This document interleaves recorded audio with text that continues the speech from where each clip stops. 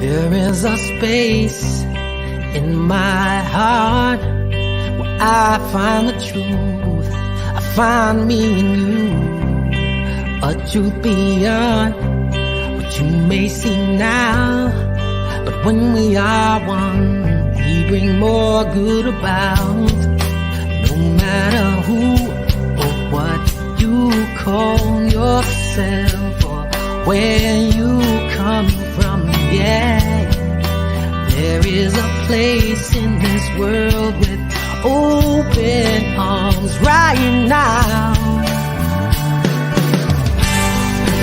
Welcome to love, welcome to peace, welcome to our community.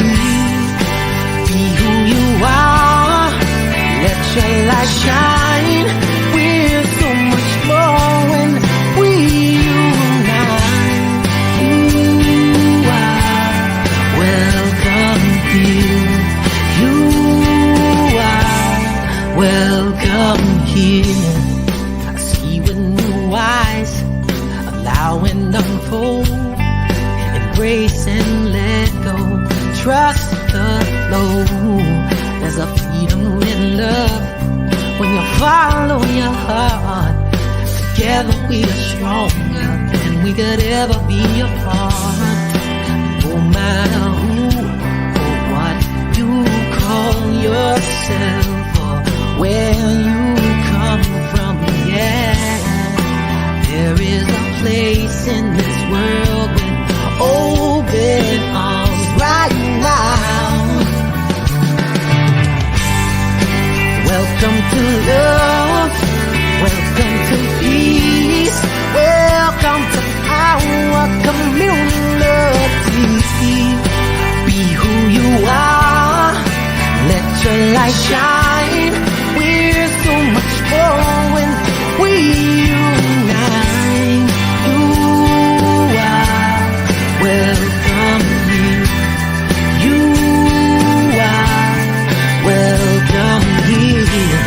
Breathe in and out, slowly feel all that's around you, all that you feel, all that you know.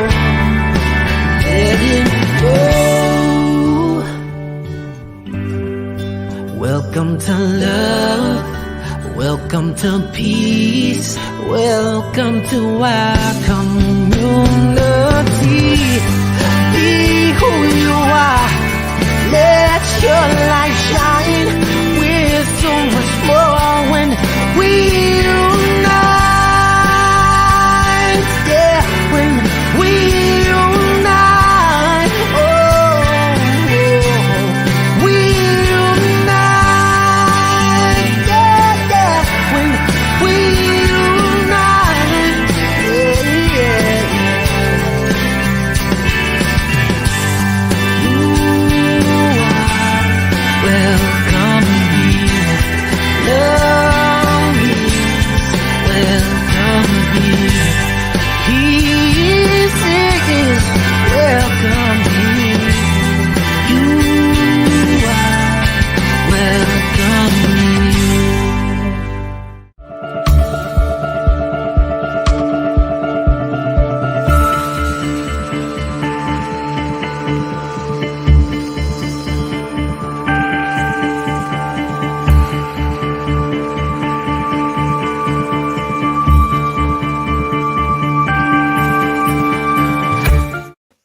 Yes, yes, yes. We are back. You are welcome. You are welcome.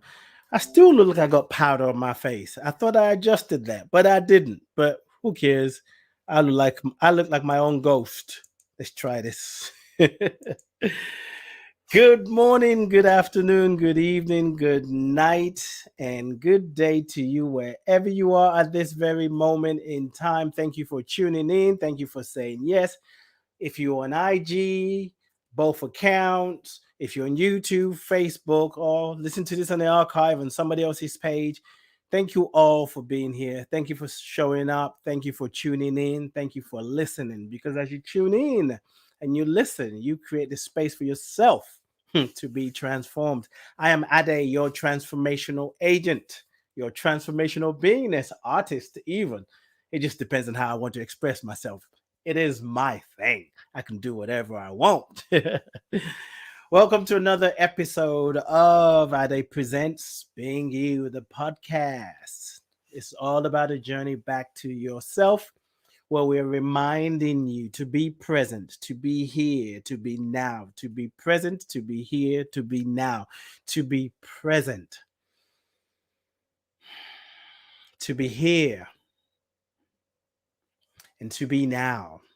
When you align with that consciousness, you experience life differently. You experience your life differently. You experience whatever you're going through differently.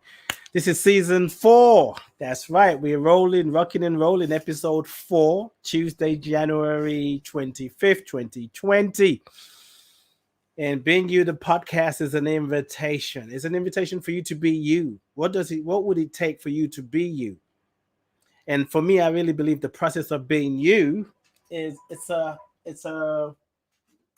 day by day thing. It's a moment to moment thing, because we're constantly growing, constantly evolving. What brings you back to yourself? What brings you back to your truth? So I invite you to ask yourself questions. How do you see yourself? That's the question you can ask yourself. How do you really see yourself? I'm going to leave this just like that because I can't do anything. But y'all can see me, right? I'm talking to the people on IG. I got 2 things going on over there. How do you see the world, especially nowadays? How do you see the world? How do you see yourself in the world? And how do you see the world in you?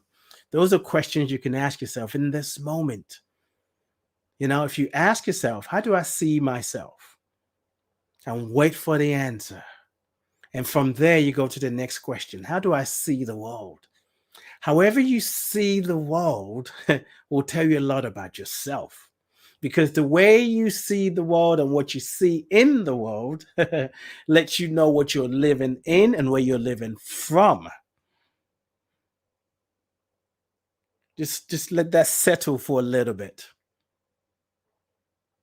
It's challenging if you see the world right now as a place where too much evil going on, too much this going on. Oh, everybody's crazy, too much polarization. Maybe, but maybe not. Maybe the polarization and the division and the pandemic and the demdemic, whatever demic, is taking up space. So you start to believe that's the most important thing going on, because the more attention, the more the fears, war and anger and people being a you know what, you know, the more that gets, what is it? Not time, headline, but that's not the word I'm looking for. But the more it trends, by checking in with yourself and saying, how do you see the world? So if you see the world from a negative place, that's actually nothing wrong. That's actually great. If you see it as a positive place, that's great. But it's often harder sometimes to not see it from a negative perspective. However, when you imagine you see it from a negative perspective, so how you see yourself in that world that is negative, it's something that is happening in you. So that could mean you're at odds with yourself. Because when you go to, how do I see the world in me? If I see the world as negative, and I know most of us want to run to the positive side, whether we're spiritual or not, we always want to run to the bright side. But in order to heal, to grow, to expand, we got to face the truth. I see it as negative and I see it as positive. You can see that too. But whatever you are at odds with in the world lets you know what you are at odds with within yourself. You are the one. You are the one. Thank you all for being here. I got so many browsers because computer were doing all sort of things. And for my friends and family in South Africa, thank you for your patience. Apologies. The time changes in the UK, and I forgot to tell Rev Thandi. So Rev Thandi was like an hour early, like, well, she was on time based on what she knew, but the time has changed in the UK. So she was like, where you at? I'm like, I'm here, but it's not time for the show yet. So thank you for sticking around, and we're going to jump in a few minutes. Pat is here. Kwali is here. Thank you for being here. Love you all. Shoyinka's in the house. Pat is covering both. Oh, I'm gonna. Oh, um, KG is in the house. Ooh, I was gonna go there, but I was like, I can't. And then my brother Cabello is in the house as well. Thank you all for being here. It is such a blessing. I'm excited. I want to do some announcements. I must do it, but Reverend Thandi is coming on because I am excited about this topic. So just bear with me. I want to tell you, you got about a week left for you to register for my program that's coming up in February, a 28-day creative transformative process. You know, this process is really about using your dream. It's called Manifest Your Dream, which somehow wants to be called Mind Your Dream. Maybe next time I do, I'll call it Mind Your Dream, Mind Your Dreams. But right now, it's Manifest Your Dreams. That's what I heard when I asked. Manifest your dream. Manifest your dreams is an opportunity to use your dreams, your vision, your intention to open your heart, your mind, your spirit to fulfillment in a real way, to be able to transform and really live on purpose and not in a place where you're constantly comparing yourself to what's going on in the external world. You actually become the cause of your life. You live at the effect of what you're causing to happen. I was watching a video today and a question was asked, and I want to present this question to you all. What is possible beyond this reality that I never thought was possible? What is possible beyond this reality? And I'm not talking about the reality beyond the human experience. I'm talking about in this human experience. What is possible beyond this reality that I never thought was possible? This 28-day process, transformational journey is about that we go and ask, we go deep and ask deeper questions. What is possible beyond this reality that I never even thought was possible? There are people who've registered already. They know what they want to do. Some people are like, I want to do it. I don't even know why I'm signing up. To find out more, go to bit.ly, bit.ly/yes to my dream. Yes to my dream. And that's bit.ly/yes, the number 2, my dream. Or you can just go to lifecoachade.com, go to the product and services. It's the first one, Manifest Your Dream. Sign up now. Create the space for yourself, create the space within yourself to make room for what is possible that you've never thought is possible. We're not here to fix this world. We're here to cooperate. We're here to cooperate with it and birth the idea of God in a new way, the idea of a dream, the idea of what you want. God is waiting for us to be delivered. Your dreams are waiting for you to come true. Don't wait for your dreams. Your dream is like, I'm ready. I'm waiting for you. Come on. So if you're ready, you want to create a new reality, you want to step into possibility where, you know, all the questions or all the ideas that you believe that we have or that should be happening right now. It's like, why are we even going through this when A, B, C, D could be done, but it's not being done? Here's your opportunity to create it. If it's not with me, find the perfect place to do it. We're here to create. We're here to be the cause of our reality. And you live at the effect of your own thoughts, of your own intentions, of your own dreams, of your own vision. That's the point. It's not far-fetched. It is real. It is reality. I'm telling you what I know. What else I want to tell you? I want to tell you about libsyn.com, libesyn.com is a podcast hosting event site. Promo code ADE, ADE. I'm moving fast. You can figure it out. If you've never listened to the show before, this is your first time. Libsyn.com is a podcast hosting site, as I said. And if you're thinking of starting a podcast or looking for a new hosting site, go there. Use my promo code ADE. Use that. You get a month free. Depending on when you sign up, you might get 2 months free. But whenever you sign up, make sure you don't sign up on the 2nd of the month. Okay? If you sign up today, the 25th, you get the whole of this month free and the whole of next month. If you sign on next month, From the 2nd, you get the whole of February free and the whole of March. So that's a good deal. Wednesday, Ricky Byers and I for Soul. Join us for Soulful Feeling, 6 p.m. Pacific, 9 p.m. Eastern, and 2 a.m. UK time on Thursday morning. If you've missed it, you've been missing a great show. It's a charging station, as I call it, just like this. It's a place, it's a holy ground, a sacred ground. Tomorrow, we're doing something different. It's going to be via Zoom. We may broadcast it through Facebook. I'm not 100% sure yet, but just check out my page. If you want to check it out, Ricky Bias and yours truly will be there. What else do I want to tell you? I don't know. I want to tell you that my friend, my sister, the African Queen is here, and I just love Reverend Tandy. I mean, I just love her, and you will too. I promise you. Let me tell you a little something about her. I'm going to give you her website address. Um, Let me minimize this. Her website address is unitylovelight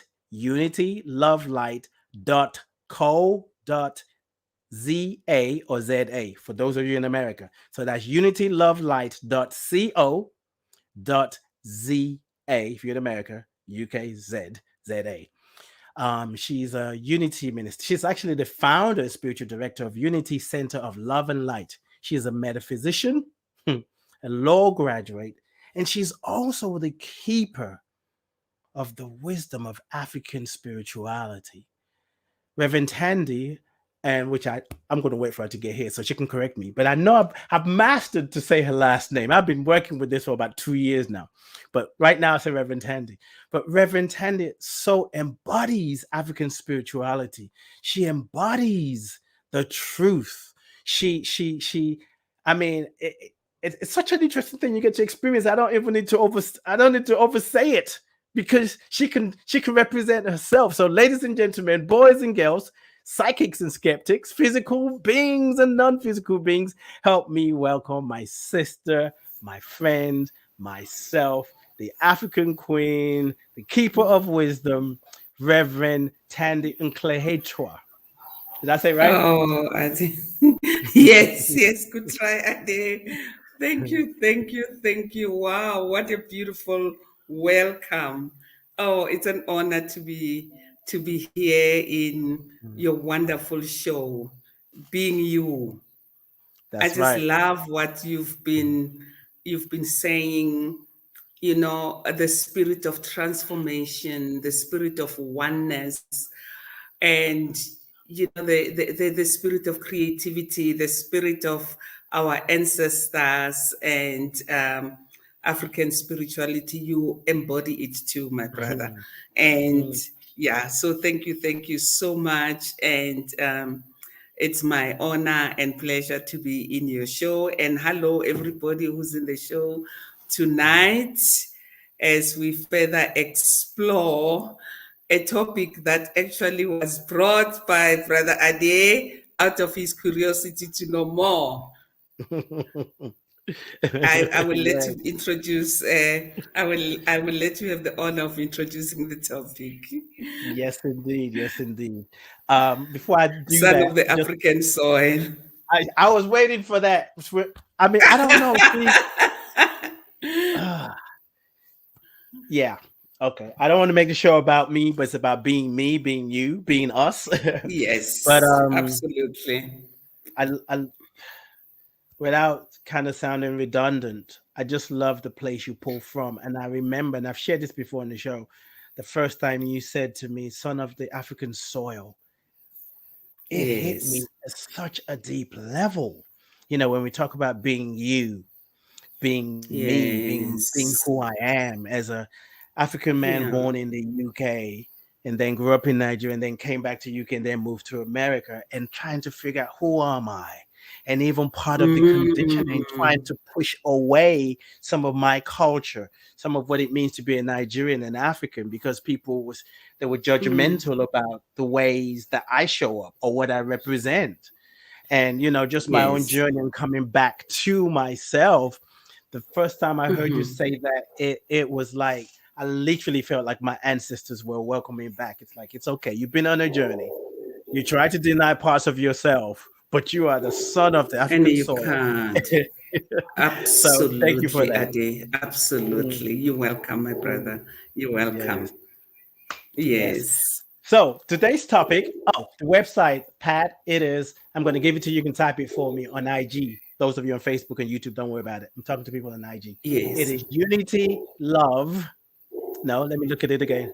I got so many browsers open here. I'm losing myself. Okay, so it is Unity Love Love, Light dot light. co dot za for American ZA. Z. Yes. If you're in UK or in South Africa, that's a Z. Unity Love Light dot co dot z a z A. a. All right, it's real simple. And Yes. on social media, it's the same thing. Unity Love Light. Just Google Reverend Thandi. You'll find her. So today we are talking about indigenous law. We were just having a Yes. conversation, Indigenous and she law. just said, I remember Reverend Thandi is a law graduate, and she was telling me about some of the things that she Thank was you. doing. And she said indigenous law. And I was like, "Whoa, wait, what? Wait, what? And when she started to break it down, I said, oh my God, we got to talk about this on the show. And, Oh, there's something about wow. the African experience, the African story, for whatever reason. I'm not even interested in trying to analyze it. There's, for whatever reason, our richness, our wisdom, our spirituality, our culture, it's Mm, not just mm. demonized, it's almost like constantly being hidden. And one of the things I love about Yes. our conversation is because you wake Mm, something up in me that I may not know intellectually before we talk. But the minute we mm, start mm, talking, it's like I come into this new awareness. So when you talked about mhm. indigenous law, I'm like, of course, Africans existed before the Europeans came over to the continent, and there are ways that people Yes. govern Yes. themselves. So let's Yes. jump in. In a very simple term, what is indigenous Mhm. law? What is it about? Okay. Yeah, let me just begin there. And I think you were absolutely right. Because our legal system, the legal system here in Africa, it has been based on the colonial system. Mhm, We've got the Roman Dutch law that was assimilated, in parts of Africa, like South Africa, assimilated um, the Roman Dutch law, and then you've got the English law, mhm, the English law that made up our common law. But now, before colonization, let me call it pre-colonial Africa. mhm, Pre-colonial Africa had its own indigenous law. Now, what is indigenous law? Indigenous law is the original legal system of a people. So you see, the legal system of courts and all that we're doing in law now did not actually begin with uh, colonialism. mhm. Right. you know so the original people had pre-colonial Africa had its own indigenous law. So it's the Mhm, original indigenous law of the people. It's the original. And what mhm, does it comprise of? It comprised of the value systems of the people. It mhm, comprised of their customs. It comprised of their usages and practices, and mhm, the way they used to administer justice in their mhm, own way. mhm, So that type of indigenous law, gratefully, now it's coming back. We are actually acknowledging uh, indigenous law now as being part of our law. Actually, in South Africa, the courts now have to consider indigenous law, which is mhm, sometimes called customary law, mhm, right? But I'll go deeper now into, the difference between customary law and indigenous law. But basically, it is just that it is the mhm, original indigenous value systems, practices, administration of justice in the African continent before colonialism. Yes. And yeah, basically that's what it is. Yeah. And people lived by it, and it was administered. It was administered. There were courts, there were adjudications, and now I just want to go, into the main frameworks. What does it entail? Basically, how did it work? How is it different, from the concept of the Western colonial legal system? Yes. And like the Roman Dutch law as we know it, and the English law as we know it, right? Firstly, indigenous law is based on a spirit of communitarianism. Let me say it's based on communal spirit.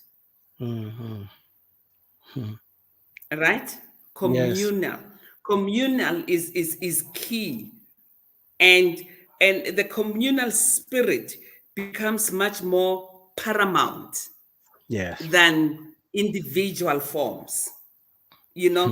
Communal becomes an integral part of that part of law. Now, let me make an example. Take, for instance, the African philosophy of Ubuntu, right? We say, umuntu muntu ngabantu, mutu ki mutu kabatu. Literally translated, I am because you are. Right? I am because you are. Right. Now, as opposed to I think, therefore I am. Yes. Now, let us just take those two statements.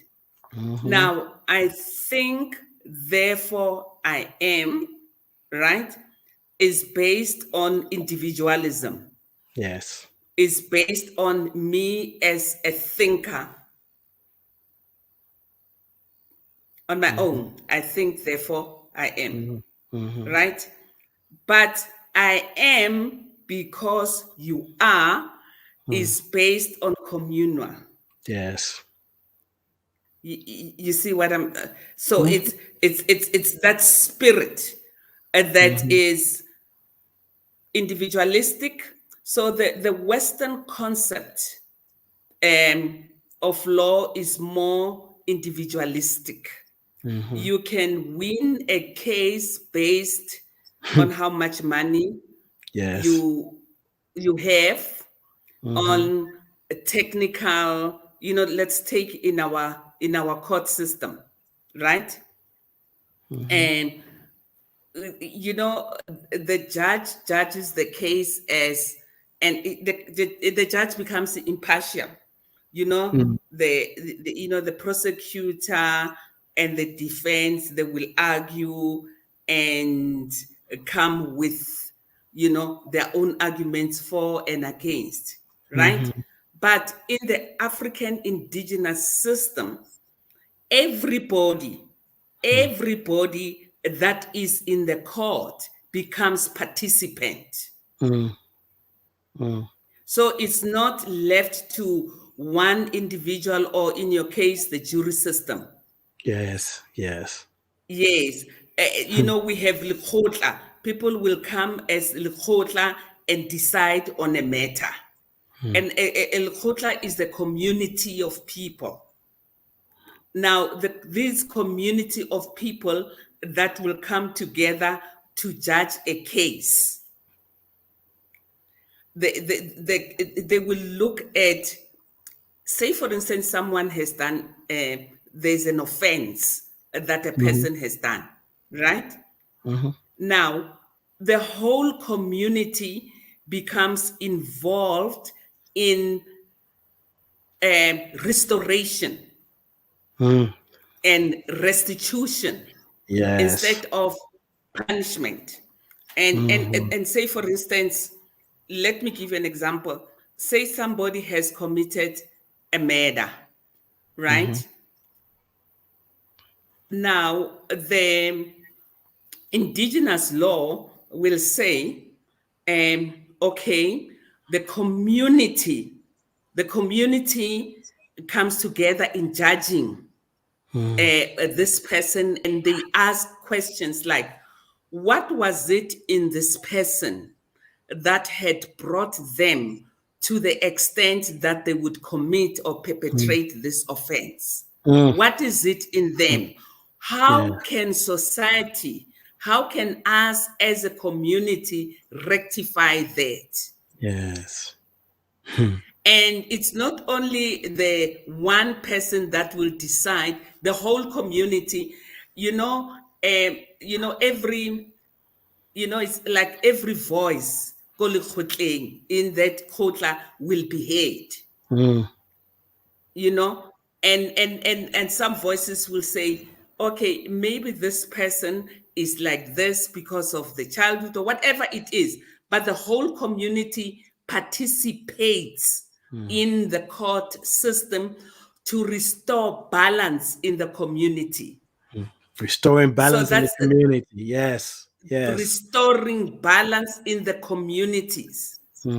Now, if this person, now, you see, the whole idea of the Indigenous law was restoring balance in the families to start off with. Number one is balance in the family, restoration of balance in the family, restoration of balance in the community.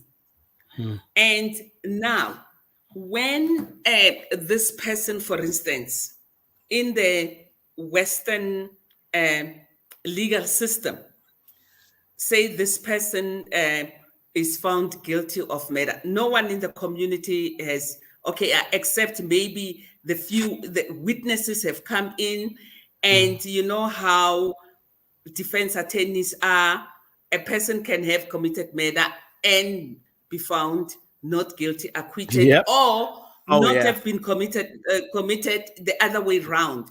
So the community doesn't get to participate in the Yes. whole process. And then the Yes. person is, for instance, sentenced to 10 years imprisonment. Nothing has been healed or restored in the community. The person comes back after 10 years in the the system, and they still do the same thing. So Indigenous law seeks to restore. It's more restorative Yes. and restitution rather than punitive and retributive.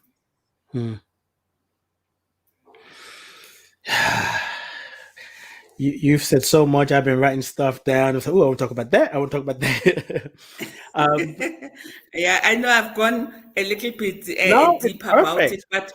but you see, if we begin to put that type of really having communities getting involved in the restoration of justice, because the communities know, and communities getting involved in the administration of justice, even in their own home, even in their own families.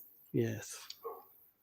Because in Indigenous law, because remember, like I said, Indigenous law is based on the African value systems. African value systems, and one of the key African value system is family. Family is important. That's why we have so many, Yes. extended families, and family is important. And another thing, when in Indigenous law, when we talk about family, it's not only the nuclear family of me, Right. my husband, and my children, and my extended family. You see, now in the administration of justice in Indigenous law, family includes ancestors. Family includes unborn children. So that's all part of family. Yes. And so whatever repercussions this offense has, the imbalance that this offense has done to the community must be balanced and must be healed, not Yes. only, to just put that person in prison, but it Right. must be healed for the sake of the living family now. It must be Yes. healed for the sake of the ancestors, and it must be healed for the sake of the unborn children. Ooh, I feel like I'm about to take off. But it's what you're saying is igniting so much fire in me. And I think when we think of the law from the Western perspective, as you said earlier, it's more of an individual thing. And I think even Yeah. that practice itself is to I think, therefore I am. Like, I'm the powerful one, the judge. I'm the judge. I'm the attorney. It depends on how good I am. I can get my client off. It's very individual. And it seems to me that the world we live in now, part of the things we're dealing with is because we've allowed that individualism to continue to guide Yes. us. And the pandemic is all about that. Yes. We are being distracted based on how many people died and they keep counting it. But why don't they tell people how many people lived, how many people got treated, how many people got Yes. vaccinated? That's fine. But it's the other side.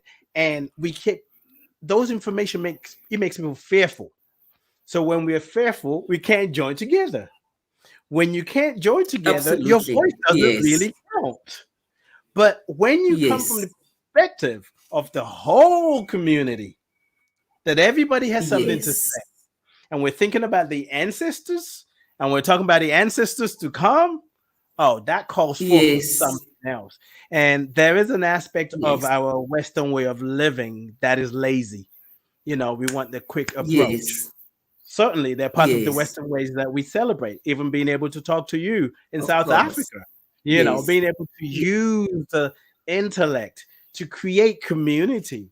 But it seems to me that this idea of indigenous law, which, like I said, I only found out about it maybe about a few months ago, a month or two, maybe about 2 months ago when we talked, and I've since saw more information Yes. online, is that in essence, when we talk about spiritual work or spiritual practice or what it means to grow a family, it's not really that unique. It's a way of nurturing one Mm-hmm. another because we are recognizing our common humanity. Absolutely. Our common humanity. Yes. Absolutely. Absolutely. Mm, Absolutely. mm. Our common humanity, our humanness. Yes. And this is humanness that when it is instilled in us, Mhm. we actually rise, to take responsibility, you Yes. know, to take responsibility of our common good, Mhm. to Mhm. take accountability of our common good. And also, like a new thought, it's based on oneness, it's based on Yes. compassion, it's based on humanity. Mhm. Yes, and another thing that we need to understand here, how the judges, when they judge cases, they judge cases based on communal views, Mm. based on restoration, based on how would the judgment impact on Could the you say that community. on my end? It keeps So breaking up. Can you repeat what you just said because it was breaking up? You said the judgment is based on what? no, what I'm saying is, even Mhm. as even Mhm. as the judges are judging cases, Mhm. the cases that are brought before them in the courts, you Mhm. know, in indigenous law, the cases never be judged based on legalities. Mm. They judge based on human values and communal values, and how this judgment will impact on a community. Yes. Yes. Yes. That's why I said, in the beginning, that everybody, all the community members become participants, in the court system. Yes. And in that case, when it's all for the common good, when it's all for the oneness, and when it's all meant to, for restoration, it's easy, and people take accountability and responsibility to bring evidence. Yes. Because it is also for their own good.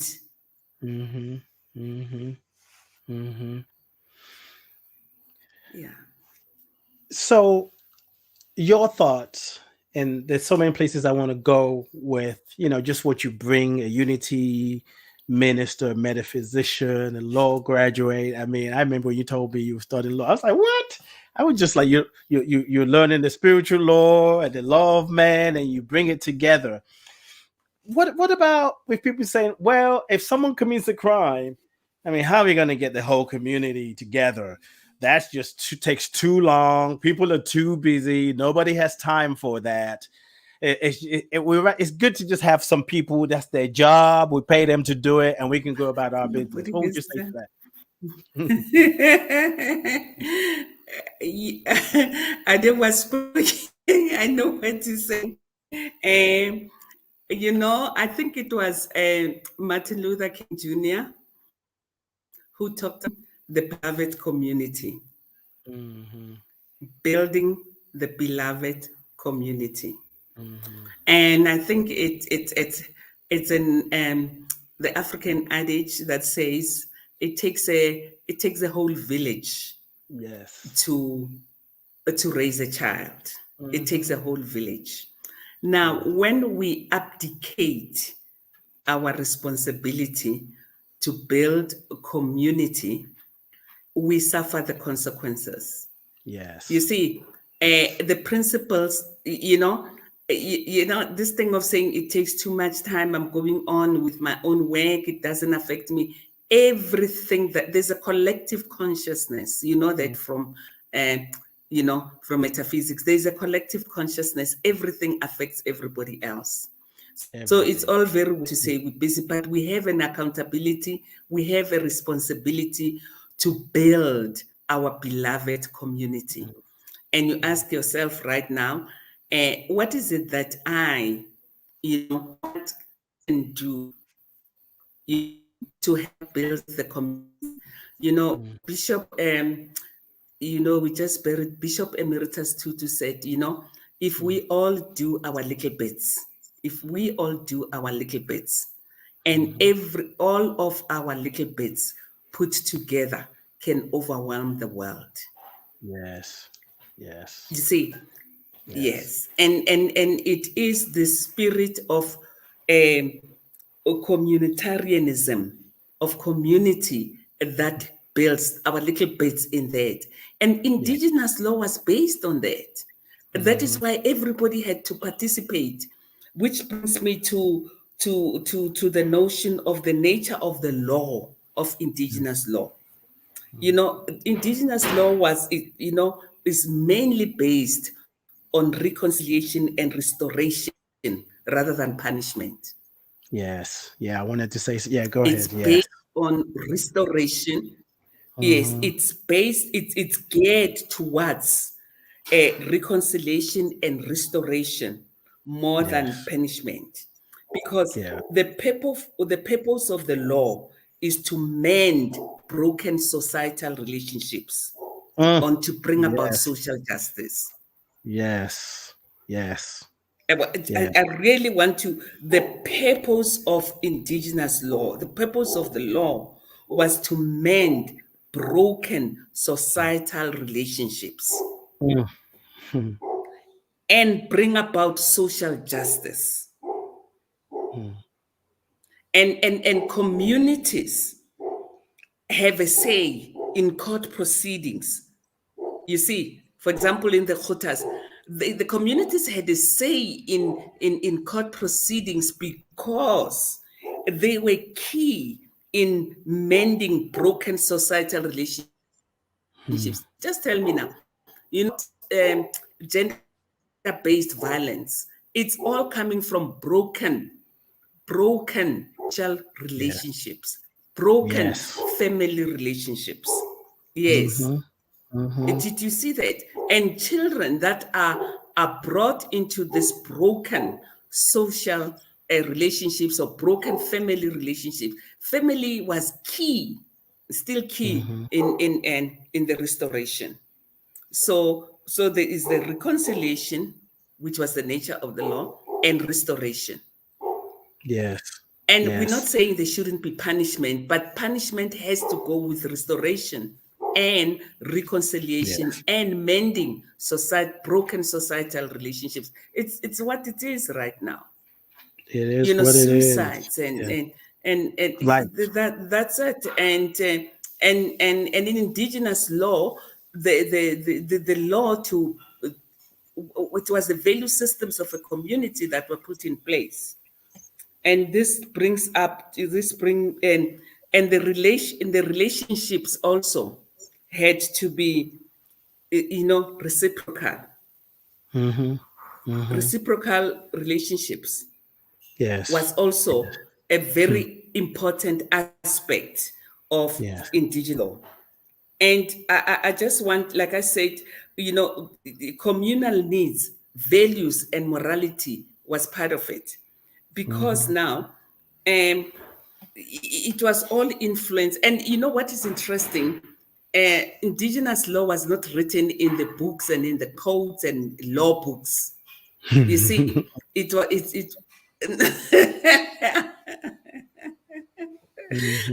was passed. It's passed. It's oral. It's oral traditions from the heart and that are passed from generation to generation.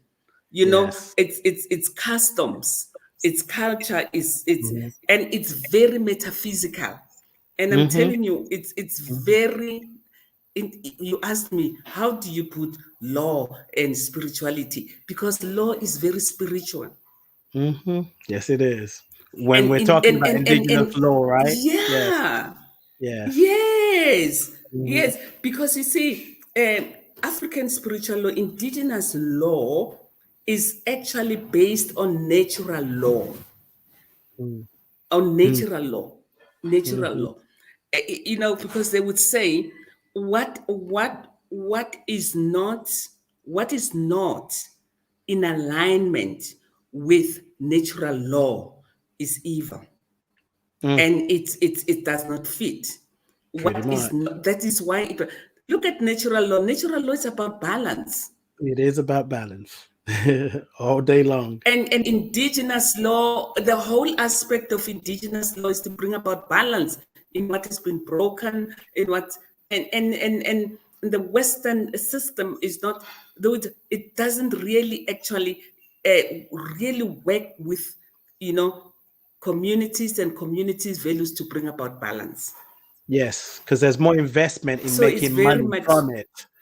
There's more value making money. It's not thinking of the community because it's rooted in individualism.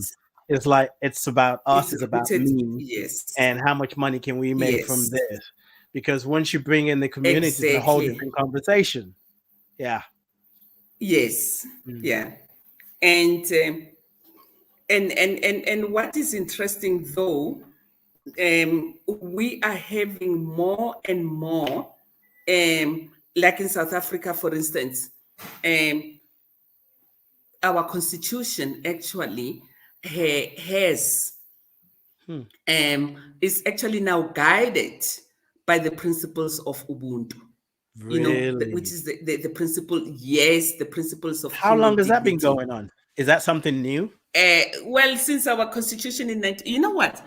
I think, the first case of 1996, the case of State versus Makwanyane, that was the case when the death penalty was repealed in South Africa.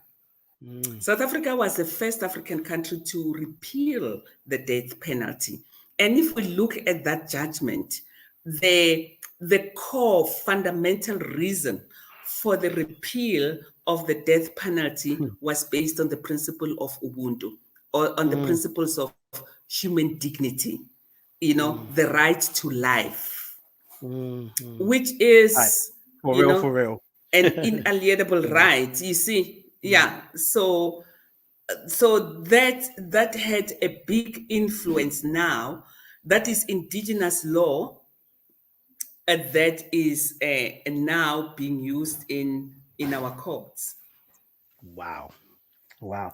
How does that changes things? I mean, I'm sure I can think of obvious ways, but what kind of things has happened that maybe that you've experienced, that you've seen, that makes you think, oh yeah, if this was dealt with just at the English law, whatever they call it, I don't mean to belittle it, Yeah, but just but it's just a way that doesn't work. It doesn't work for anybody. It doesn't work for the people who think it works. But the fact that they're including indigenous law in South Africa in how they deal with people, we're talking about restorative justice rather than punishment.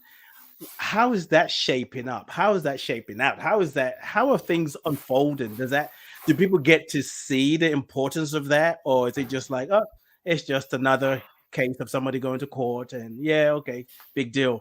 But are people really seeing the impact of the indigenous law? It's very difficult. It's a transformative project. Yes. It's not something that is now cut and dry and finished and accepted. It's a Right. process. Yes. Because it's about unlearning, and getting into. That is why we say our constitution is a transformative project. It's work in progress, because people want an eye for an eye. Yes. The death. I'm just making an example of the death penalty here. It has to get. Nobody will accept that, obviously. As this has to be accepted by all. It's very, very difficult to accept. But if you think about the rationale behind it, if we say the right to life is an undefined right, it's not that right that is a limitation. There's no, the freedom of, like, for instance, freedom of speech. It's not an unqualified right. Right. You you can't just and freedom of association.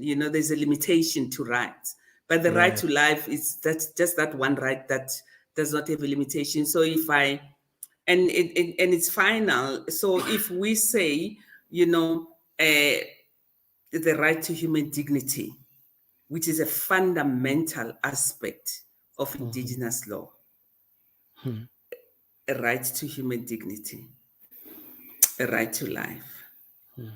So if a state commits murder, then the state becomes the murderer. Yes. And takes the space of the one that has committed a murder. So it's not an easy pill to swallow. We still have to go a long route before we accept that. But and that was I mean, and I get it, because what I hear is when you talked about the indigenous law, it's metaphysics, it's spiritual, it's rooted in oneness. It's spiritual. And as a human global society, that's one of the things we're challenged by, because you said something earlier that we need to change. So we can listen to this and think, oh my God, it'd be really good if most countries include indigenous law in their practice. But it's not just the leaders that needs to change. More importantly, we need to change, because if someone does something to us, are we willing to invite the community to come and be part of the judges, or just say, no, I don't care. I want justice done. I want him to be punished. I don't care about restorative justice. So we all have a responsibility to be different. To, if we want something different, we have to be different, and we be different by doing something different. And it means that we're going to have to question ourselves. We're going to question, what does it mean to be human?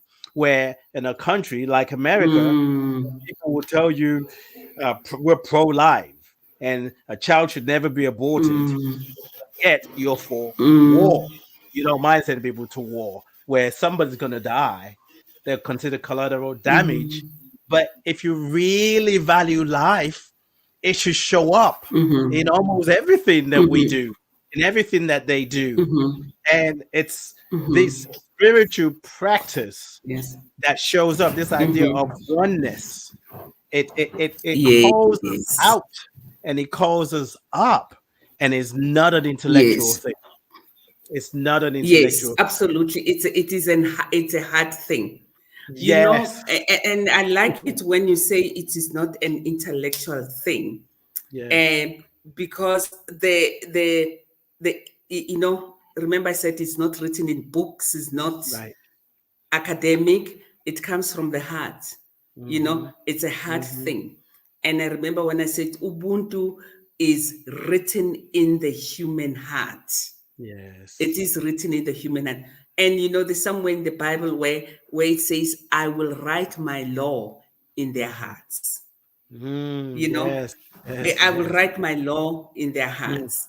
You know, like Nelson Mandela said, there's no child that is born a victim. That's right. And there is no child that is born a perpetrator.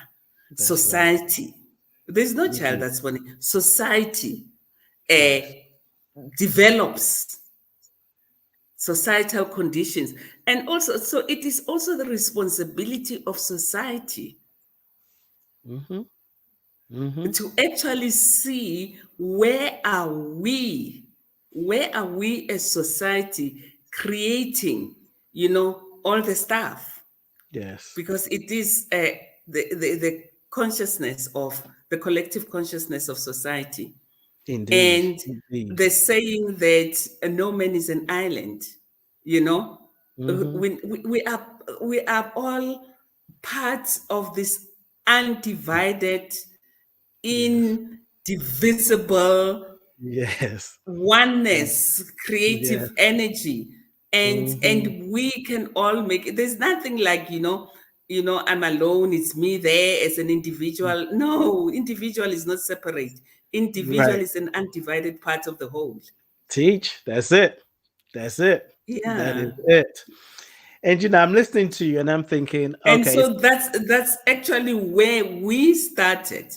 That is why I'm saying indigenous law is very metaphysical and very spiritual.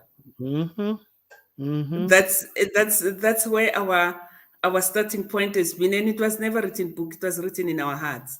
I will even go to, I can even go to, you know, practices that were made to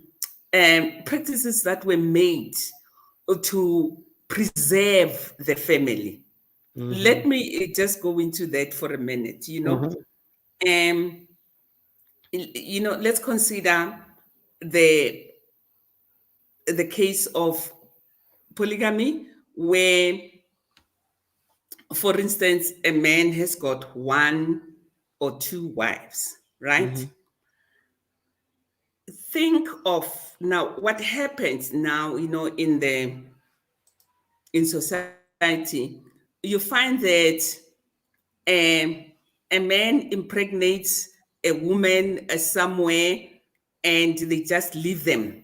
And that child grows up being fatherless. Right. Now, in the preservation of the family, in the preservation of the bloodline, in the preservation for the future generation, right? That child has to be brought into the family Mm. and not grow up there on their own with a single mother. Yes. And so the child has to be brought home. So now in our culture, there is nothing like an illegitimate child. A child can never be illegitimate. Mm, That is in indigenous law. There's nothing like that. Who sets the law that says the child is out of that law? Which law? Because the child, the child is always part of a family. Always. Always. Yes. Yes. Yes. And when you go to this Western concept, you get concept like illegitimate children. There's nothing Right. like an illegitimate How is that child. even possible? And How is that how does possible? that Yes. and how does that affect a human being made in the image? And when you say they're out of the law, That's it. That is it. Yes. We create the mess that we're experiencing, and then we want to blame exactly. somebody So else what for you are actually doing, you Yes. are, because you know what is so beautiful, you can never change your DNA. Mm. You see, so the lineage of the family is it's so important in indigenous law, that you cannot allow Mm. that lineage to be somewhere else Mm. with some other family where the child will not be aligned, Mm. with the customs and the DNA of the family. And Mm. hence, that that woman or a baby mama, whatever you call it, has to be brought home. Yes. And that's why you had what, we have. I'm not saying, it should be like that, but I'm just trying to show how it also is used to the preservation of the family. Yes. Yes. And also how we can even start to And practice also for the indigenous next law in our generation, own because that family. child is going to have children also. Yes. And the children of the next generation have That's to right. maintain Right. the values and the cultures and of that family. Mm-hmm. Yep. That child may feel like they don't belong, grow up in a world of crime, end up going to court, Thank you. and they get punished, and then they come out 5, 10 years Yes. later, they're still mad at the world simply because some people refuse to claim that child. So you have a 8-year-old or Yes. 2-year-old Yes. in a 40-year-old man who is mad, don't even know Yes. why, who feels like he doesn't Yes. belong, or in the woman, it doesn't matter.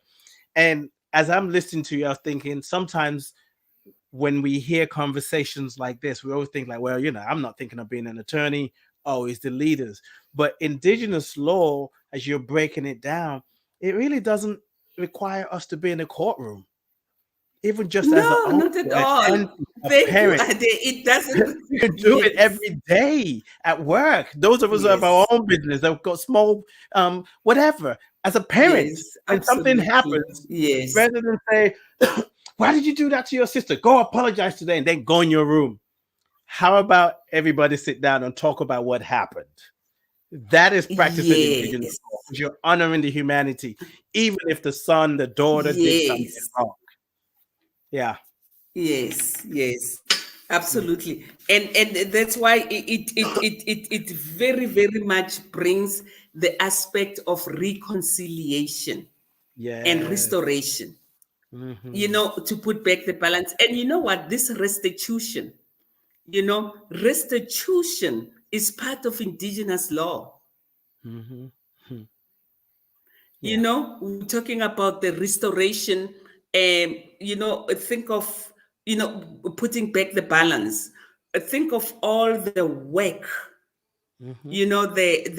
the sweat and the tears that American or even Western cities were built on the shoulders of slaves. Yes, right. Mm-hmm. And there has been this gap that has never been Absolutely. restored. Exactly. Yes. So Yes. indigenous law will call for restoration and restitution in order to achieve the natural balance. Mm. Yes. That is Yes. why I'm saying it is very metaphysical in nature. It's aligned to the Yes. natural law. And several things come up for me. Pat has shared different things on in Instagram. She just said the whole idea, correct me if I'm wrong, Pat, but I think that idea of practicing indigenous law, a law as parents, where we invite family to have a Yes. conversation. She said, I tried doing this with my family, but Americans are so individualistic, they aren't open to it. And yeah, I think sometimes we're not open to something. Maybe one, maybe we're afraid to change. Yeah. Two, we don't really understand it. Or sometimes we're just stuck it. We just Yeah. want a quick fix. However, Yeah. when I listen to you about indigenous law being restorative, restitutional, balance in the family, it renews reconciliation. Those are the qualities of the Yes. divine. That's Yeah. the qualities of God. Yes.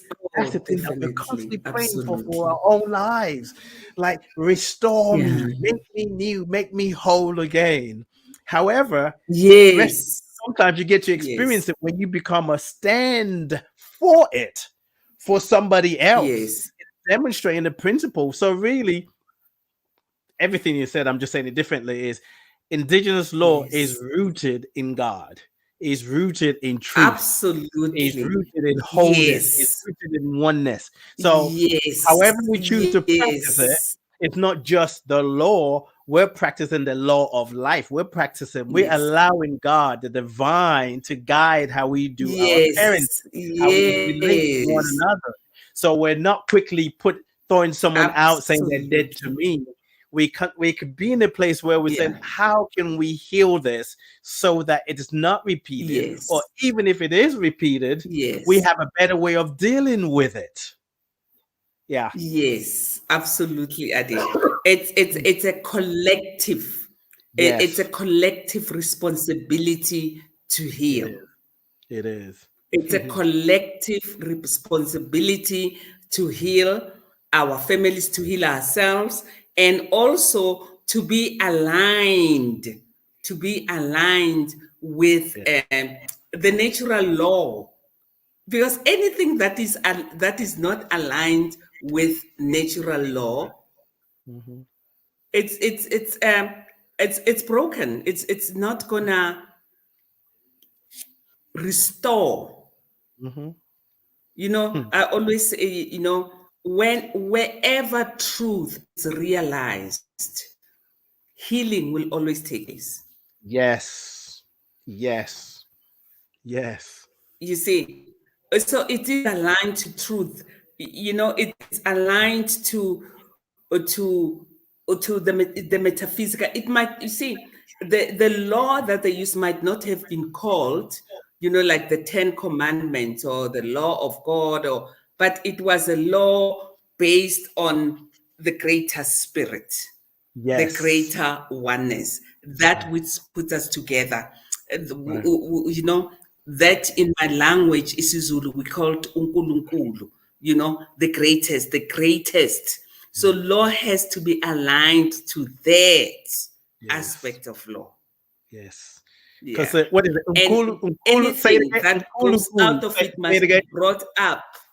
Yes. I want you to say that word Unkulunkulu. again. Say it again. Unkulunkulu. Unkulu, Unkulu. Unkulu, yes, that which Yeah. is greater and greater and greater. Mm, mm, Yeah. mm. And so it's a constant.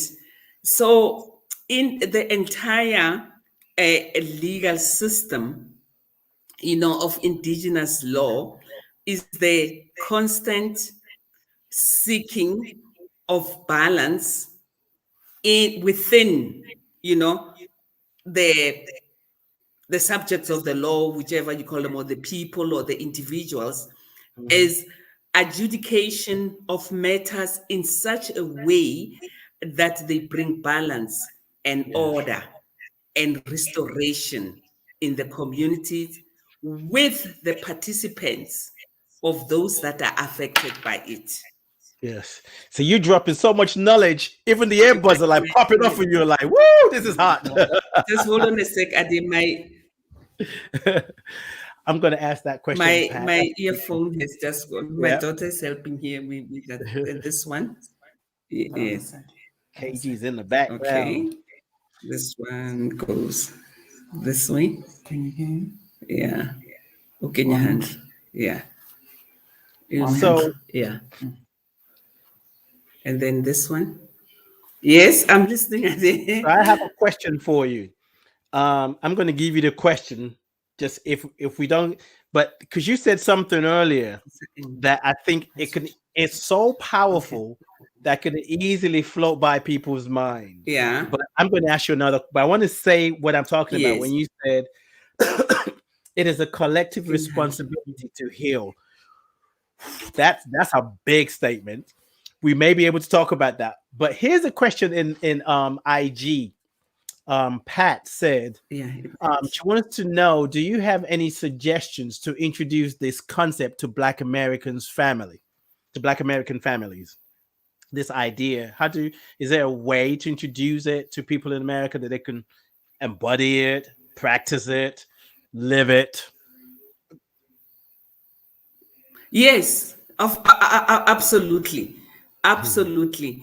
You know, we had a question just now of one person, I don't know what the name, she said, and then so it's a he or she said she tried to introduce it in the family and people were not interested. Right. Yeah, it was same. Right. That was Pat as well. Yes. It's the same question. The first thing, you know, you have to acknowledge it, and introduce it within yourself. Right? See, it has to begin with yourself. Step one is to begin with yourself. To acknowledge your lineage. Acknowledge your lineage. You know, I find it very interesting that even in the Gospels, you know, in the Gospel of Matthew, Jesus acknowledges the lineage. It's just all about lineage because you are body, mind, and spirit. You know, acknowledge your lineage and recognize that. Let go of all, you know, your own individualistic tendencies that, you know, it's just about you and nobody else. This whole aspect of caring, this whole aspect of humanity, this whole aspect of Ubuntu, it has to begin with you first. And once you recognize that, also recognize your ancestors, whichever way you want to recognize them.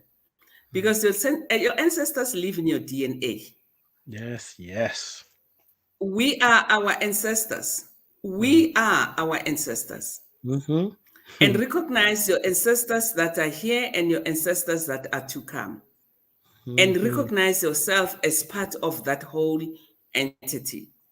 And once you embody that within yourself and you are comfortable with that and you know your truth and you recognize your responsibility and your accountability to the family, and then you become, you know, like Gandhi said, you become the change that you want to see. You become the change that you want to see. Yes. And you work from that consciousness. You work and you ask yourself if there is drama in the family or whatever it is. What is my responsibility? What is my accountability? Without trying to meddle, but just going into that sense of Ubuntu, recognizing that I am because you are. You know, what part am I playing as an individual in this drama? Maybe there's also a part that you are playing, you know, in the drama that you are not even recognizing it. And it's okay to say, how do we restore the balance in the family? But begin with the restoration within yourself, so that when you go out, it's not like we just go out and tell them, this is one, two, Yes. three. And Yes. and if anyone wants to talk about it, just give them my email address, revthandi@unitylovelight.co.za. We can further talk on this whole aspect of creating Ubuntu within the family structure. Yes. Yes. And Will you it's, just put my go email ahead. and then they can email me Sure. directly? I'll put that on the screen. Did I'll you pull hear that what? up. Yes, I did. I'm going to put it on the Yes, screen. I'm yes, going to put it so on the that screen. yes, so that we can understand how to, because this is a very important practical question Yes. on how do we create that spirit of Ubuntu. It's within us. It's not something that we still have to go and learn in books. Like you said, Ade, it's not something that you need to be, to be in the courtrooms or to have studied law to Mm. understand Indigenous law. It's written in our hearts. That, yeah, I You was know, going to say the same thing. It's you written know, on our and hearts. and Yeah. and and and and, and social justice begins there, and then Yeah. it is social justice, it is compassion, Mm-hmm. it is Mm-hmm. acceptance, it is Yes. accountability and taking responsibility.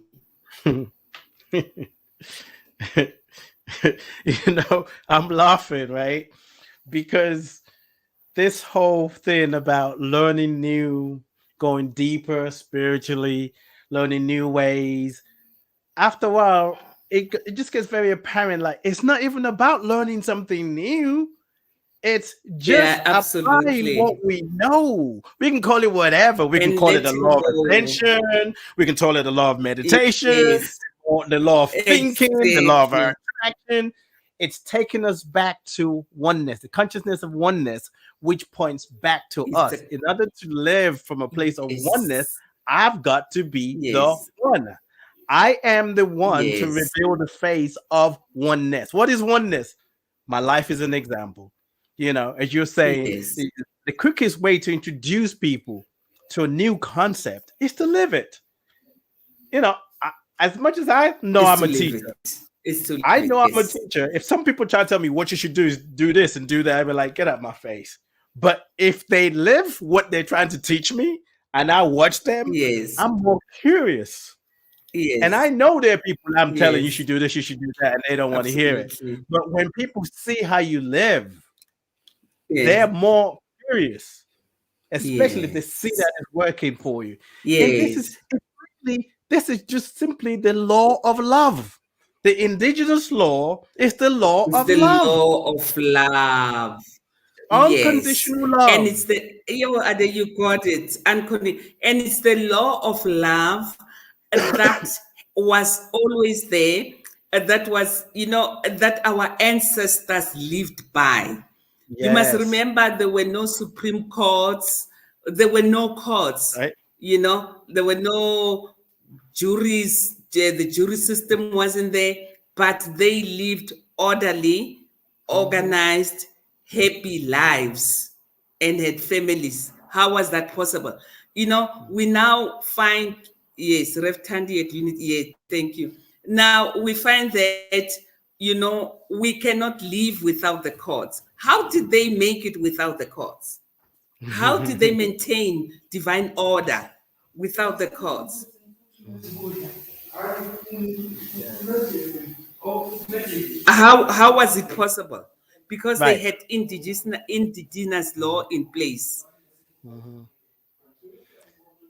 Yes, I like what Dr. Naim Akbar shared here. He said, learning to think in terms of the collective must be done without the helpful consensual validation that is absent in a defiantly individualistic society.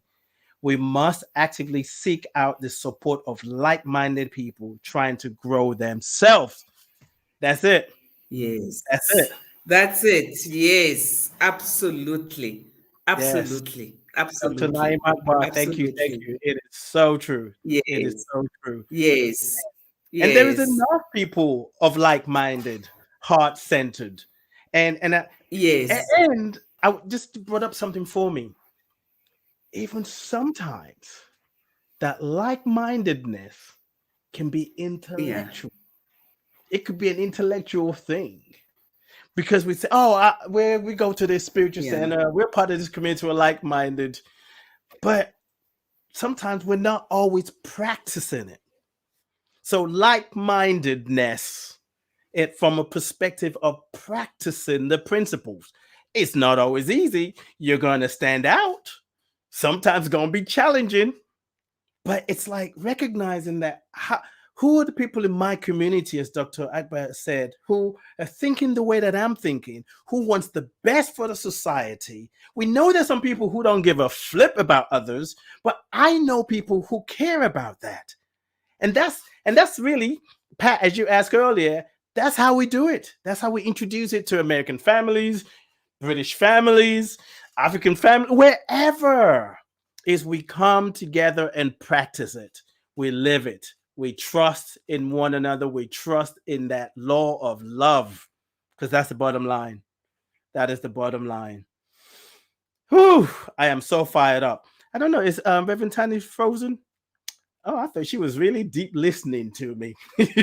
I thought she was like, speak to me, but we're frozen. So she may have some connection, well, definitely has some connection issues. I don't know if it's on my end or her end. You know, like when you're talking to people on the phone and then there's an interference. I get checked about that quite often. My boo would be like, "Hey, honey, how do you know it's my phone?" I'm like, I don't know. So yes, it may be my end. Those of you on Facebook, let me know if you can still hear me. I'm gonna remove Ref Thandi, and yeah, I'm still here, so it's probably is on her side. I'm keeping an eye out for her. But oh my God, there's so much I want to say. I'm just feeling so. Yes, yes. All right, I'm trying to calm down. Dr. Naim Akbar said, for those of you in chat room, Mind Pro said, we are doing international like-mindedness in this very session. That's what this is about for me. Rev Tandy is she's in South Africa. I'm here in the UK. Most of you in America, in different places. There is something to be said about the one who knows her power. And if you want to know how powerful you are, if you really want to know how powerful you are, take some time to be still and look at the system and just scan and see if they're putting a lot of time, a lot of resources in blocking you. Wherever you find a group of people, a system trying to make your life hell and something that everybody knows should be simple, that lets you know how powerful you are. And in this moment, if we can just understand that this, for some of you, may be new, the first time hearing about Indigenous law, or for me, was a few months ago. But the concept, the knowledge, the wisdom, restorative justice, bringing balance to the community, to the family, from a place of alignment or not. I don't know about you. I'm excited. I get fired up. I'm an Aries. I get fired up, and I'm sure some of the comments that I'm saying is letting me know that you're getting fired up. Now, it's not new information. Rev Tandy said this so many times. It is written on our heart. We know it's the truth. We know it's the truth. Someone shared earlier that Facebook and Instagram and all, she said Facebook and then Facebook, Instagram similarly push negative collective consciousness. Possibly, maybe. However, I'm going to get personal here. One of the things that I haven't quite mastered, but I think I stopped trying to master it. I have noticed when I put stuff that really don't matter, I remember one time I posted something about I had wasabi many years ago, and I swore I'd never do it again. Many years later, I'm like, be different, try it. So I said, okay, I'll try it. So I tried the wasabi, and I put it in my mouth, and I died for about 20 seconds. I just died. When I came back, I didn't know what my name was. I don't know what the flip happened. What just happened? So I jokingly shared that on social media, on Facebook. And it's probably one of the longest posts. The comments that I got was like 100 and something. Well, actually, no, I've had others. Pictures about my parent, my dad sometimes get that high.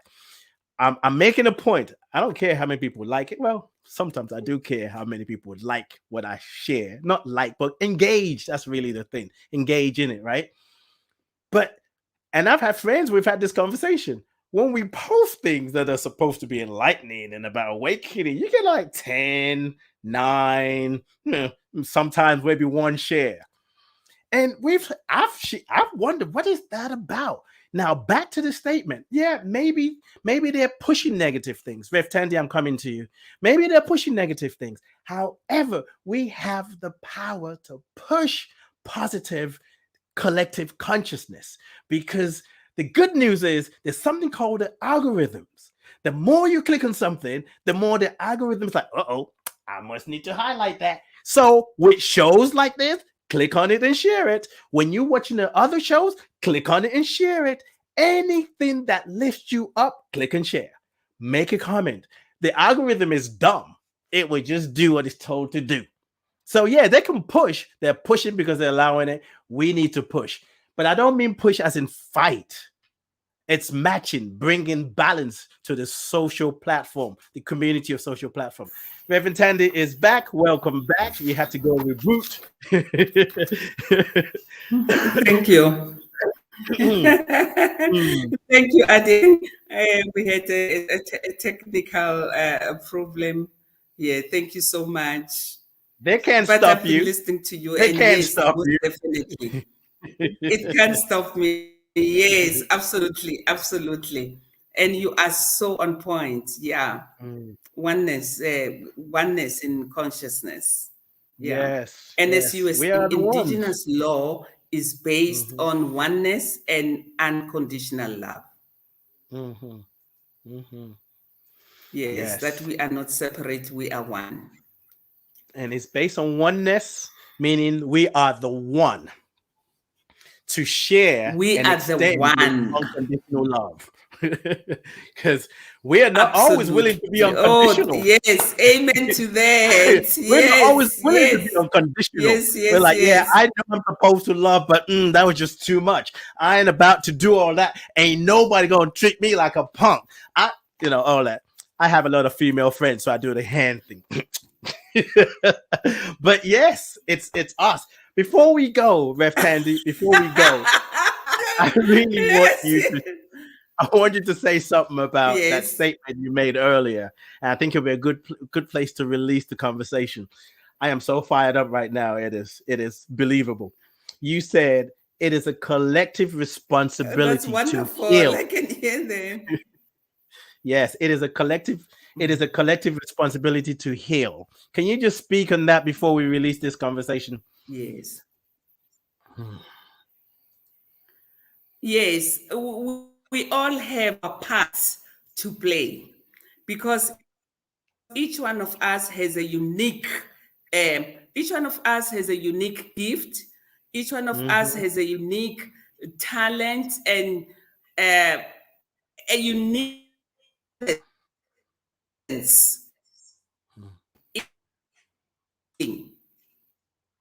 Okay, can you say that again with kind of the connection? Okay, you said we all have a uniqueness.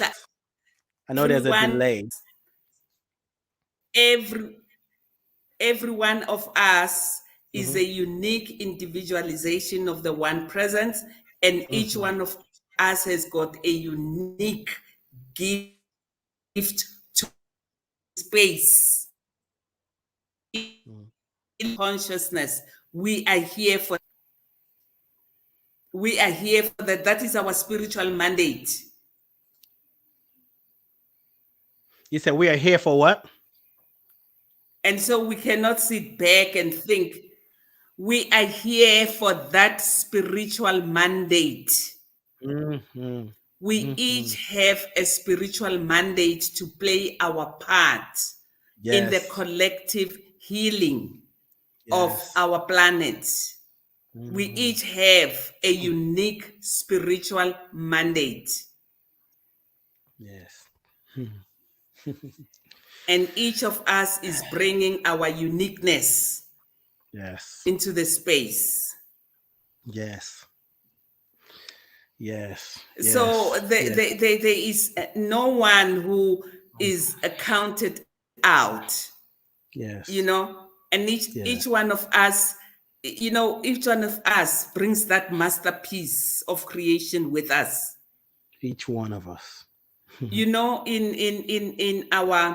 yes, in our culture, ngesiZulu, we say umntwana ufika efumbethe. When a baby is born, they come with their little hands like this. Okay, you're frozen again. When a newborn, look at any newborn, yes. Can you hear me? Yeah, but okay. Do your fist I'm again. I saying know you're doing each this. child comes with. Go ahead. I'm saying each child born comes with their hands like this. So they are bringing with them their gift to the world. They bringing with them the gift into the world. They come with their hands like little hands like this. And it is us, the community, our Ubuntu, to actually unfold their little hands so that they can bring what they need to community. Yes. Yes. Yes. I can close with that. And we are all this part of the unfolding, unfolding of the gifts, the unfolding of what they have to share, the unfolding of their spirituality. We are all this part of this unfolding, because there's God from the Creator with the gifts that they are bringing. Yes. Yes. The spiritual truth, spiritual principle, whatever we want to call it, it's really so simple. I believe the challenge is when we practice it, we become undone. We have to relearn. And that relearning sometimes makes us nervous. It makes us feel like, oh, things are out of control. If we want to see it, if we want to experience it, we must be it by practicing it. And, I'm grateful for you, Reverend Thandi. Thank you. Thank you. Thank you. Thank you. Thank you. Thank you for what you do. I'm truly grateful for you. I'm truly grateful. Lots of love. Oh, I love you, my brother. And thank you so much for everybody in the audience. God bless. Let us do this. We're in it together. God bless you. I'm looking forward to being in your sanctuary, Unity. What is it? Center of Love and Light, right? Center Unity of Love Church. and Light. Anytime you're most welcome. Yes, we should go there on a tour. It's a hub of Yes, on a pilgrimage. Yes. I'm sure that Charles Fillmore.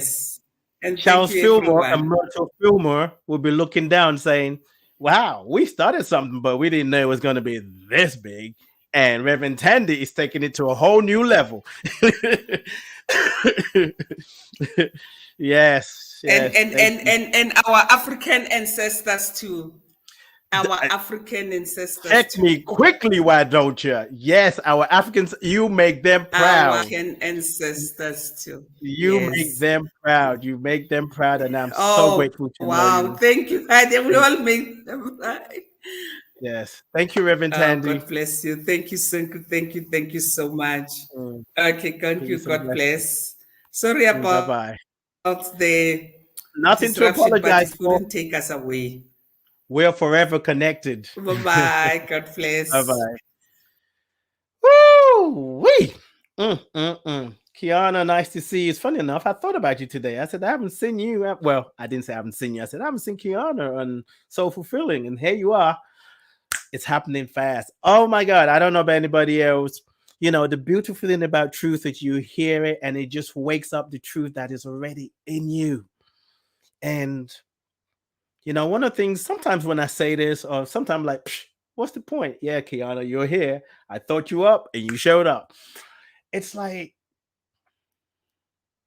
trying to see how to say what I'm feeling right now. I know what to say. What we are looking for, we're not just looking with, we are it. But we don't know that we're it because we're so close to it. And it is constantly trying to seeking to express itself as you. See, they say, what is it? God is closer than breath. God and I are one. We're one with God. We're so one with God, there is no God because it's just God expressing in you, expressing as you, through you. We're so close to it that we don't even know we're in it. Let me give you a perspective. Can you tell me what it feels like to have skin on your body? Yeah, I know it's a weird question. Just can you tell me what it feels like to have skin on your body? Can you tell me what your bones feel like? Now, maybe there are a few people out there who've had some interesting experience and they can tell you what it's like, but maybe 98% of us in the whole world can't say, what does it feel like to have skin on? I don't know. We've had skin all our lives. You've had your skin on you all your life. So you don't know what it's like not to have it.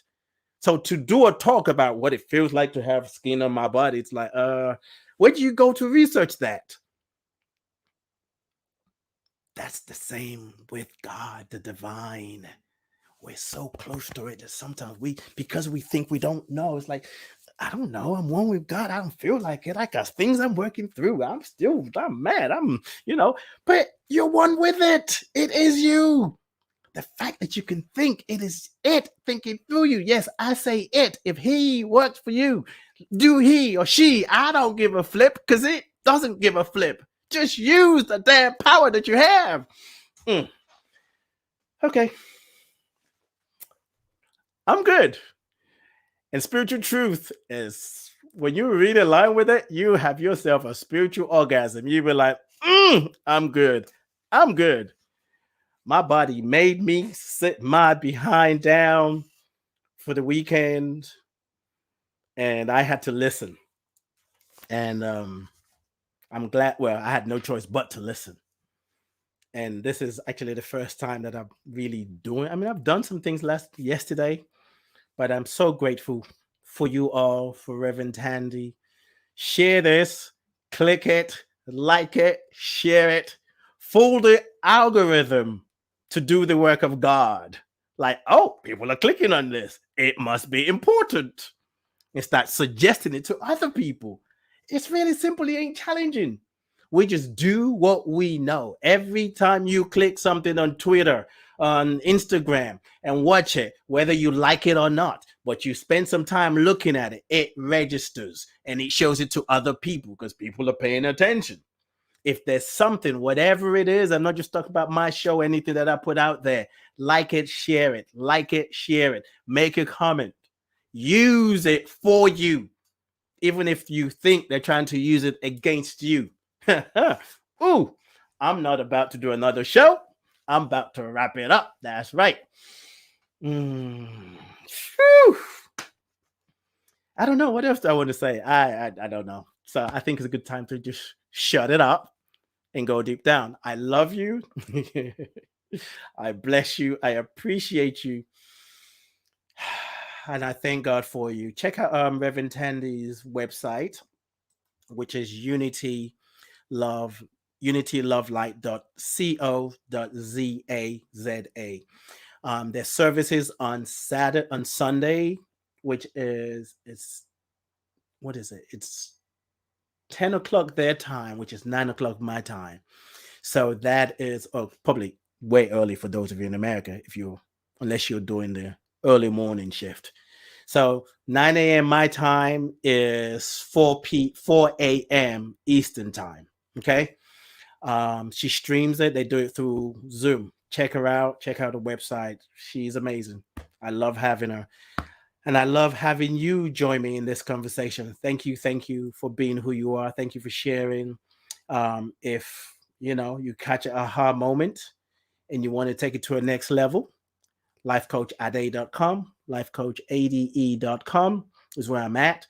And I also want to tell you about, while you're there, go to my products and services. I've got a 28-day creative transformational journey that we're going to be going through in February called Manifest Your Dream.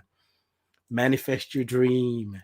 This is what we're talking about, to reconnect you with your unique soul signature so that you give it permission to show up. So when you have a dream, when you have a vision, when you have a goal, it's just a vehicle to release your uniqueness. That's why your dreams are waiting for you to come true. That's why God is waiting for you to deliver God. You waiting for God to deliver you. God's like, I was done. It took me 7 days. And in fact, maybe 6, because the 7th day I took a nap. That's all I needed. God is waiting for you to deliver it. So we're going to go through it. We meet once a week on Zoom, and the other days will be in a private group on Facebook. So watch out. Just go to lifecoachade.com, lifecoachade.com. Tomorrow I'm going to be with Ricky Byers, Soul Fulfilling, and Dr. Lori. We're talking about health. We're talking about wellness.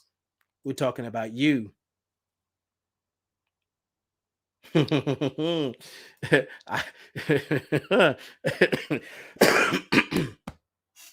going to just read this and try not to get activated. Dr. Nhlengetwa said, misguided teachings have us looking in the sky outside of ourselves for God. That's right. Because while you're looking out there and doing all of this, I said I would try not to get activated. They're like doing other things behind you. No, come back to you. Okay. Thank you, everyone. I so love you. I so appreciate you, and I thank God for you. Share the show. All right. It's time to release this. You see me I feel like I don't want to leave. Like, I just want to sit down. Maybe, oh boy, my body's like, okay, enough already. You're doing too much. Okay, I get it. Maybe we can have an after show. Like, we can just talk about what that was like, but we're not going to do it today. Be well, be still, and be you. Because that's the spiritual mandate. To show up and reveal the face of God. You are the one. Be who you are. Let your light shine. We're so much more when we